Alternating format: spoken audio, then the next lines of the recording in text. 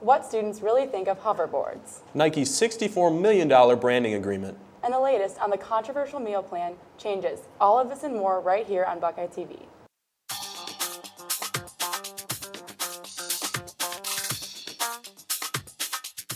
Hello, and thank you for tuning in to Buckeye TV. I'm Dan Herbener. And I'm Chloe Maxwell. Here are today's top stories. Ohio State's new meal plan has come under fire after a report released by the university's student government. I spoke to students to get the full story. This past autumn semester, the Ohio State University decided to do away with their blocks meal plan, instituting a plan that they figured would help students budget better and the students would miss less meals. However, after the undergraduate student government devised a dining task force to feel out student opinion on the new meal plan, they uncovered a lot of concerns.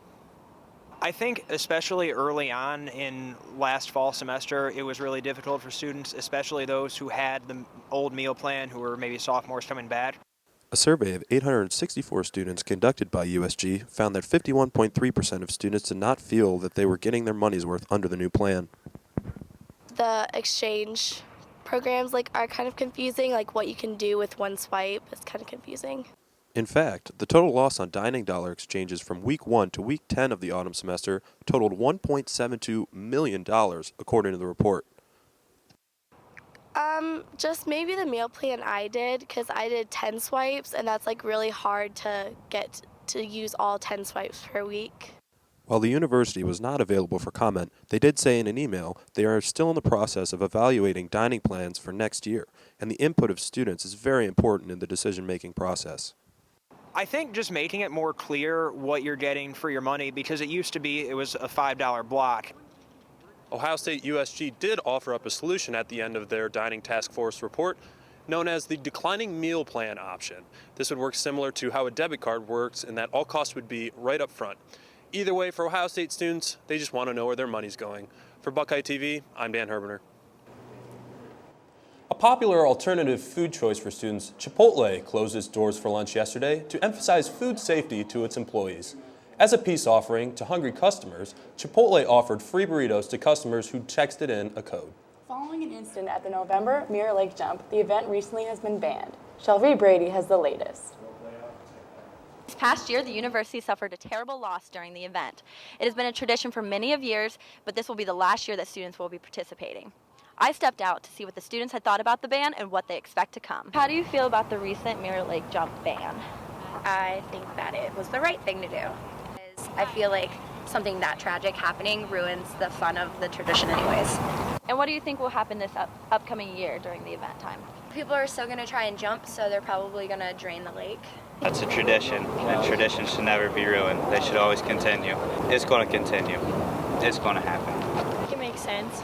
It's sad to see a tradition end. I understand why, but I think we're all really disappointed about it.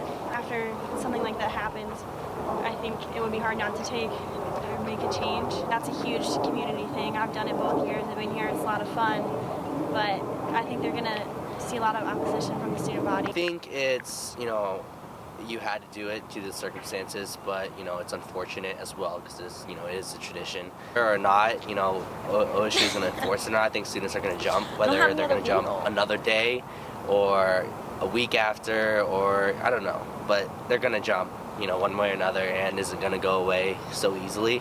It's great because it respects, the student that's deceased, but I don't actually think the ban is going to work. So I feel like every year students are going to come and try to jump in. I know what the university plans to do, but what will students do? That is still unclear. We'll keep you updated closer to the event. Reporting for Buckeye News TV, I'm Shelby Brady. Hoverboards have been gaining popularity on Ohio State's campus. I talked to students to get the latest on this story. Hoverboards, the latest form of transportation across college campuses. Today, I stepped out on Ohio State's campus to see what the students think about this latest form of technology. What do you think of the recent hoverboard craze? Well, my personal opinion is that I don't like it, but I accept the idea that people want to use it to commute to class. Others agree that the hoverboards might not be the safest mode of transportation. I think it is a little bit ridiculous and that it is just increasing people not exercising, which is really frustrating. However, with the spring months quickly approaching, college campuses might be the perfect place to ride a hoverboard. I can't think of any other place you can use that except like university. When we come back, find out why students are celebrating Groundhog's Day at the Gateway. This story and more right after the break. A new exhibit has opened up at the Wexner Center for the Arts on campus. Madeline Lauer has a story. I'm here at the Wexner Center for the Arts, where a new winter exhibit has just opened on January 30th featuring the artist Noah Purifoy with his collection titled Junk Data. I met with Eric Peppel to talk a little bit about the new show. One of the great sort of overlooked artists in the last 50 years has kind of been undersung in terms of his influence and work, but thanks to this show and a new rising sort of work in academia, he's really starting to get this attention that he has so richly deserved over the years. He primarily works as a sculptor, so folks when they come to the gallery will get a chance to see these really amazing, immersive, colorful, vibrant sculptures that are made out of found pieces. So it's material that he finds out of everyday life that he sort of then repurposes into these new, really incredible sculptural objects. The Noah Purifoy Junk Data exhibit runs until April 10th, and there are many other winter events that students have access to. OSU student with your Buckeye D, you get completely free gallery admission to our shows at any time that we're open, so you can come see Junk Data for free anytime during our regular hours. Your Buckeye D also gets you discounts on all of our performances. That includes dance, theater, jazz, indie rock series, all sorts of stuff. Discounts on all of our films. We often bring in filmmakers and actors to introduce the work and talk about it. Buckeye D gets you those for about $6 or $7. We show about 200 movies a year. So there's really a whole lot to choose from, and your Buckeye D really gives you easy, affordable access. The exhibit opened without any delays from the November incident that it's still under police investigation. OSU and Wexner Security say that they are not able to share any details, but that they have reviewed and updated security measures. Some changes visible to the public, others are not. I'm Madeline Lauer reporting for Buckeye TV. Designers and artists looking for their big break have a new opportunity through the heart of it all. Ebony Kimball has the full story.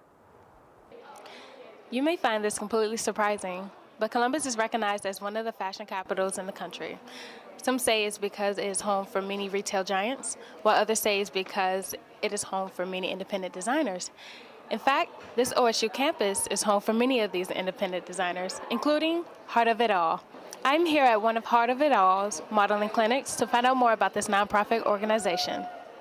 What is your affiliation with Heart of It All? I'm one of the founders of Heart of It All Fashion. So it's a student organization as well as a registered nonprofit through the state of Ohio that we started last year. So what exactly is Heart of It All? Okay. So Heart of It All Fashion is dedicated to the education, promotion, development, and support of aspiring fashion talent throughout the state of Ohio. So our vision is to add to the fashion culture of Ohio by producing in centralized spaces. We have an annual fashion experience that we host at Ohio State University in the spring, and that just basically brings together different Ohio artists, designers, just kind of showcase their talents here in 2 fashion shows. Thank you. So what made you want to get involved in Heart of It All? I basically just, like to get involved on campus a lot, and then I heard about this last year. I'm like, oh, I should have did it, so I decided to try out this year. Alrighty. What does Heart of It All means to you? Heart of It All, well, since I've only been coming here just for a little bit, but I know it's a lot about family and coming all together and just being a community that helps and everything like that. So. Alrighty, last question. What do you hope to gain from this experience? Usually when I do these kind of things, I like to meet people and seeing them as a family. So just having this type of engagement with other people really helps me in college. Alrighty, thank you. So if you are interested in being a part of an Ohio fashion movement, please be sure to check out one of Heart of It All's modeling clinic or their website at www.heartofitallfashion.com. Thank you. Some students are spending their Groundhog's Day at a movie theater. Lindsay Caprita has a story. Here at the Gateway Film Theater on campus, they are doing a special tradition for the 7th year in a row. For 24 hours, they are going to air the movie Groundhog Day on loop in honor of everyone's favorite movie where the man gets trapped in one day forever.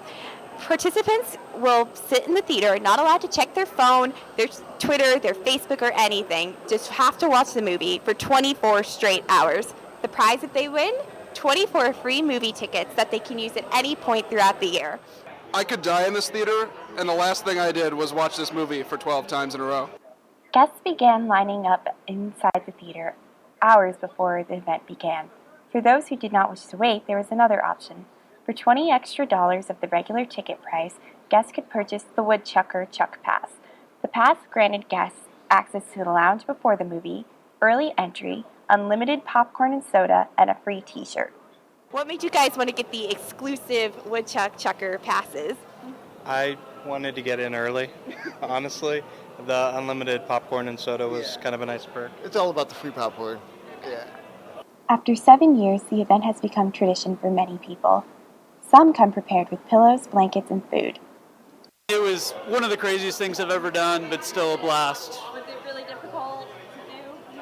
I think about halfway is when I realized this is one of the most ridiculous things ever, but the payoff's always nice. The Oscar awards are coming up soon, but not everyone is thrilled with this year's nominees. Chris Davis has the story. Recently, the Oscars has been involved in a bit of controversy, with no people of color being nominated for awards within the past 2 years. One of the trending hashtags on Twitter is Oscars So White. I'm here on OSU's campus to get more information about this situation.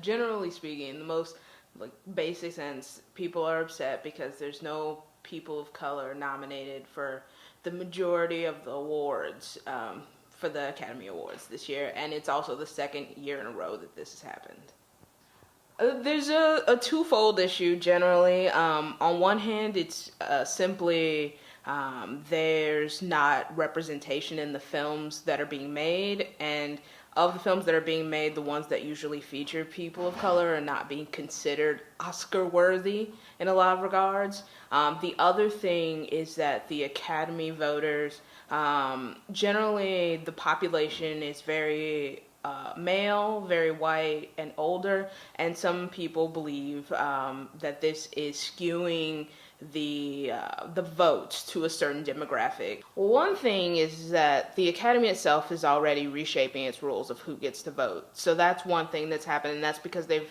gotten a lot of pressure from people, largely on social media, pushing back against this issue. And so I think in the many years of the Oscars, there's only been 31 folks of color who've received awards. Only one black actress has ever won the Best Actress category.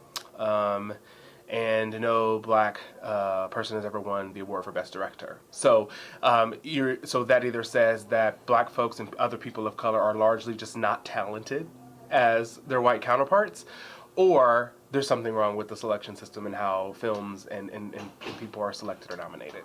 They could start to support films and not support films based on how accessible they were to people of color or other historically marginalized groups. So, what do you think about Oscars So White? I'm Christopher Davis with Buckeye TV. The Oscars are the only awards show coming up soon. The Grammys are this weekend, and there is recently some confusion about who will be performing. An ad that aired during the Super Bowl listed Drake as a performer. However, Drake confirmed via Twitter that he will not be performing. After the break, find out why students are talking about a stupid effing bird. This story and more coming up on Buckeye TV.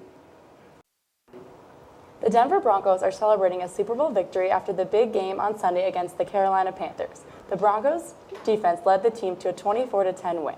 Broncos quarterback Peyton Manning is rumored to retire soon after claiming his second and possibly his final Super Bowl victory. OSU sports teams may have some money coming their way after OSU's recent branding agreement with Nike. Jordan Boone has the story. Ohio State and Nike have agreed to a new $252 million deal that will keep the brand, the official brand of Ohio State athletics for the next 15 years. Let's get some thoughts about students to see what they think about this historic deal. How do you feel about that? Well, I think Nike as a sponsor is quite suitable for a successful college like Ohio. But I'll be honest, spending that much money for a university which has to educate people freely without being influenced by corporations is something that, to me, coming from Europe, is a bit suspicious, you know? I mean, they were already previously sponsored by Nike, so I'm not surprised by the big contract. But I don't know. I mean, I like Nike. I wear it a lot. I'm a fan. and I like the Buckeyes. It's not like a huge deal to me, I guess, but it is shocking, I guess, to hear how big of a contract that is for the school. It kind of sounds like, I don't know, there's a lot of money going around. I mean, it probably works in the school's favor. They're getting a bunch of Nike gear. Nike gets a lot of advertising out of it.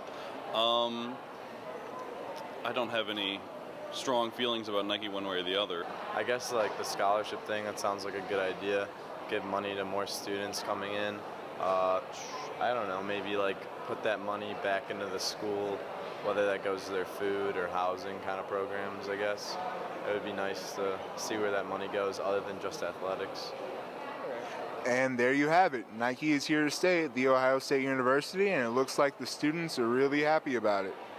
Another one of OSU's recent branding changes involves its many student organizations. Ohio State has recently enforced a policy for student organization names that requires them to take the abbreviation OSU out of their title and replace it with the ending at The Ohio State University or at Ohio State. They also only allow the use of the word Buckeye in the club name on a case-by-case basis to ensure that all clubs support a uniform Ohio State brand. With Valentine's Day just around the corner, students are getting their plans together for this holiday. Bhavna Chapara has the story. We know Valentine's Day weekend is almost here when red and pink hearts fill our classrooms, offices, and shopping malls. So we decided to ask the students here at The Ohio State University what their opinion is on the widely celebrated holiday. So what do you like or dislike about Valentine's Day? What I dislike about Valentine's Day is the hype that people have created for it now, because it's just like stereotyped as a holiday to brag about, like if you have a date or don't have a date, basically. Well, it came from a really good place. Like, apparently it was started by like Saint Valentine, and he was just being really nice to people. And now it's not that. Like, we don't even know what the point of Valentine's Day is now. So, do I like Valentine's Day? I like the original intent of Valentine's Day, not what it has become now. Valentine's Day is kind of a silly holiday. It's one of those like made up ones, and I mean sometimes it's nice if you're in a relationship because then it's like, look, we can be all coupley and annoying, but there's really no point to it. It makes single people feel guilty for being single when usually they're pretty happy about where they are. Certain locations on campus, like the Wexner Medical Center, are decorated for Valentine's Day weekend. But what are the students up to? I have a boyfriend, so I'm supposed to be going to a concert for Valentine's Day. I'm going to Penn State and visiting my girlfriend. My plans consist of a bottle of Merlot and Netflix. Do you think this day is celebrated differently because of the prevalence of hookup culture on college campuses? That is a good question. I think that there's a lot of people that won't be celebrating, but will still be partaking in hookup culture, if you, per se. I guess it could be. I mean, maybe you have a Valentine's Day hookup. It's kind of like high school prom or homecoming, maybe a little bit. Like before the dance, everyone's kind of scrambles to find a date. If you have no plans for this weekend, be sure to stop by at the RPAC for Valentine's Week to share a workout with that special someone or to just keep your heart healthy. Or you can wait until the next day for the post-Valentine's Day chocolate sales. It's showtime for the OSU Theater Department. Max Crowder has the latest on their upcoming production. The OSU Department of Theater is putting on a production this spring with a title that is a little shocking. Stupid Effing Bird raises questions for a lot of students. Like, what kind of bird is it, and who is so mad at it? Now, a lot of work goes into making a production of this size, and I was lucky enough to go behind the scenes for Buckeye TV to learn a little bit more about this production. Let's take a look. Okay, so you want to tell us a little bit about what the play is about? Sure. Stupid Effing Bird is an adaptation of Anton Chekhov's The Seagull. So it's a modern, updated twist on the story that really has a lot of really great material in it that focuses a lot on why we go to the theater and what that all entails. The cast rehearses 5 days a week, and while they're doing that, the crew puts in a ton of hours to make such an elaborate set. How many people are involved in this, in the casting crew, with costumes, stage? How big is the production? Oh gosh, so there's 9 people in the cast, and then there's 2 members of the stage management team, myself and then my assistant, and then our director. We have 5 designers. We'll probably be about 8 or 9 people. Opening night is set for March 2nd at 7:30 p.m. Students can get their tickets for just $15. All of their details can be found at osu.edu. I'm Max Crowder, reporting for Buckeye TV. Coming up after the break, everything you need to know about OSU's newest student organization. This weekend, Buckeye-thon, OSU's largest student-run philanthropy, held their annual dance marathon to raise money for kids with cancer at Nationwide Children's Hospital this year. The event raised $1.3 million toward the cause, a new record for the dance marathon. Another student organization with a cause is just getting started. Cassandra Kinzig has the latest.